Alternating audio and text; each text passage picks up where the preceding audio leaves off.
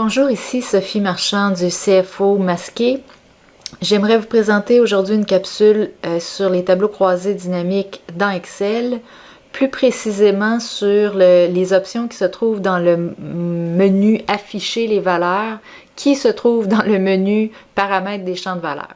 Alors, pour illustrer le tout, on va utiliser une base de données qui consiste en l'enregistrement de transactions de vente. Et comme vous pouvez le voir ici, je regarde en ce moment les ventes par SKU dans les lignes et par année dans les colonnes. Il y a des options au niveau de, si je m'en vais par exemple dans les paramètres de champ de valeur comme ça ici, il y a des options dans le menu Afficher les valeurs. Et ces options, elles sont dans le menu déroulant ici. Vous avez la possibilité donc, par exemple, de montrer les données en pourcentage de la colonne. Alors, si on fait ça, ce que l'on se trouve à faire, c'est transformer les données ici en une autre information. Donc, c'est la même valeur, mais on la présente cette fois-ci autrement. Donc, par exemple, ici, je la présente en pourcentage.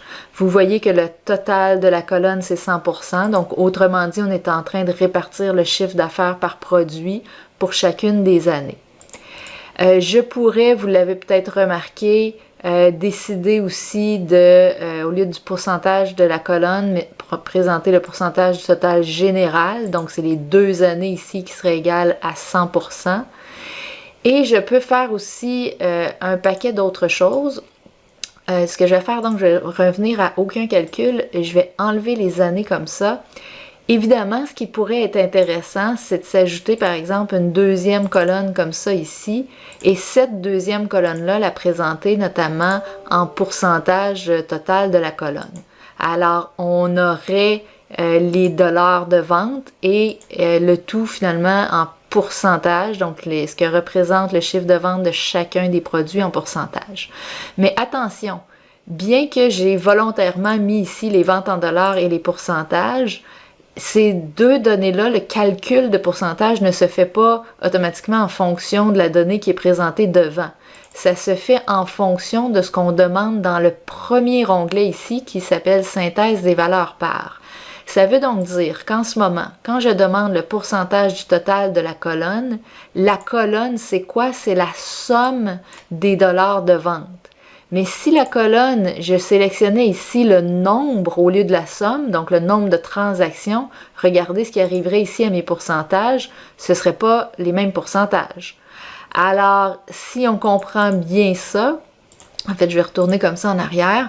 On pourrait très bien avoir quelque chose qui dirait, par exemple, ça c'est le pourcentage de dollars de vente.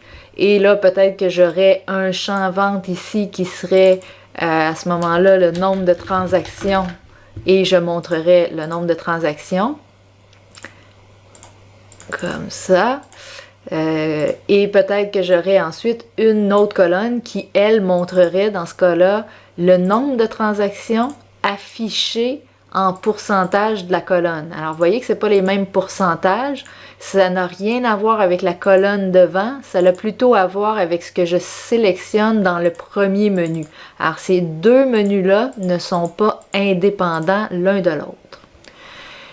Une fois qu'on a dit ça, il y a un paquet d'options que l'on peut utiliser dans la section Afficher les valeurs. Et l'une d'entre elles, c'est notamment de créer des écarts. Et ça peut être intéressant, notamment si on est en train de regarder des données d'une année à l'autre. Alors, ce qu'on pourrait faire, par exemple, c'est aller dans nos paramètres de champ de valeur, afficher les valeurs et demander une différence par rapport. Alors, la différence, on peut la calculer en dollars, on peut la calculer en pourcentage. Allons-y en dollars. On va demander la différence par rapport à l'année précédente. Alors, évidemment, là, j'ai vraiment pas mis dans le bon ordre, ça serait mieux de l'autre bord, et je pourrais changer ça aussi comme ça ici, ce serait peut-être plus évident. Évidemment, je n'ai pas de données en 2012, donc je n'ai pas d'écart ici. Alors, juste pour qu'on comprenne bien, ça se trouve à être mes ventes en dollars. comme ça. Et ça ici, ça se trouve à être l'écart en précédent, là, quelque chose comme ça. Donc, mon écart en précédent ici, ben, il n'y en a pas parce que j'ai pas de données de 2012. Mon écart en précédent ici, là, on pourrait peut-être rejouer avec nos colonnes, là, mais c'est l'écart entre mon année 2014 et 2013. Donc, pour le SKU6, c'est l'écart entre 61 000 et 78 000.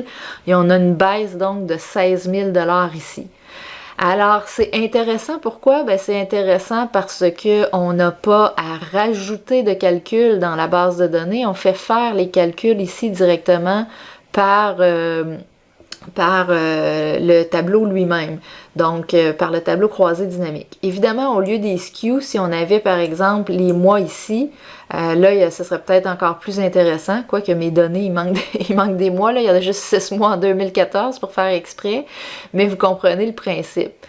Je pourrais aussi demander un écart. Là, j'ai demandé par rapport à l'année précédente, mais je pourrais très bien dire, fais-moi ça par rapport au mois précédent. Moi, c'est mon champ date.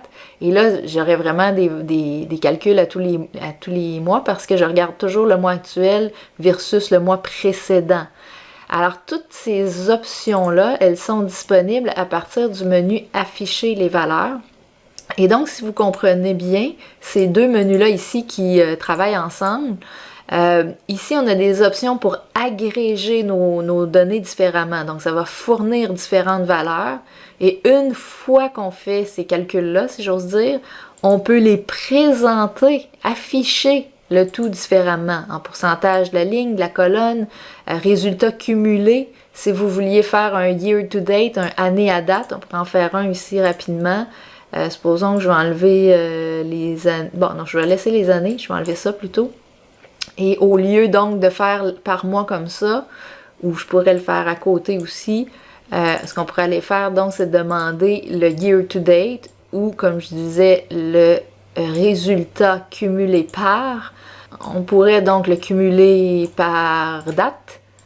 Et donc, on aurait ici, on voit c'est le même total, là, donc le mois de janvier, évidemment, mensuel et year to date, c'est le même chiffre, mais ensuite, on présente la somme des deux ici.